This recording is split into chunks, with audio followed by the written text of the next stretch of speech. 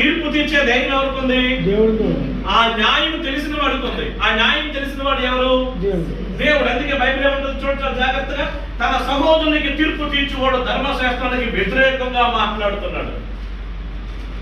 తన సహోదరునికి తీర్పు తీర్చువాడు ధర్మశాస్త్రానికి వ్యతిరేకంగా మాట్లాడడం మాత్రమే కాదు, ధర్మశాస్త్రానికే తీర్పు తీరుస్తున్నాడంట.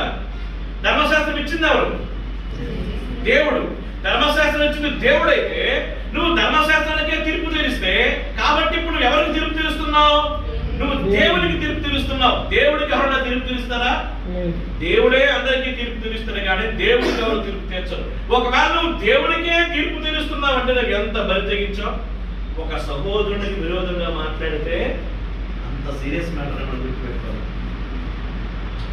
ధర్మశాస్త్రం నెరవేర్చకపోగా నువ్వు న్యాయం విధించేవాడైతివి. ప్రభు అంటున్నాడు, ఒక్కడే ధర్మశాస్త్రంలో నియమించేవాడు. He is the lawgiver. ధర్మశాస్త్రాన్ని ఇచ్చినవాడు ఆయనే, ధర్మశాస్త్రం ప్రకారం న్యాయము తీర్చువాడు ఆయనే.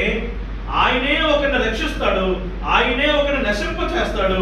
దీని విషయంలో ఆయనే శక్తివంతుడు. కాబట్టి పరునికి తీర్పు తీర్చుటకు నువ్వెవడవే? Who are you to judge him?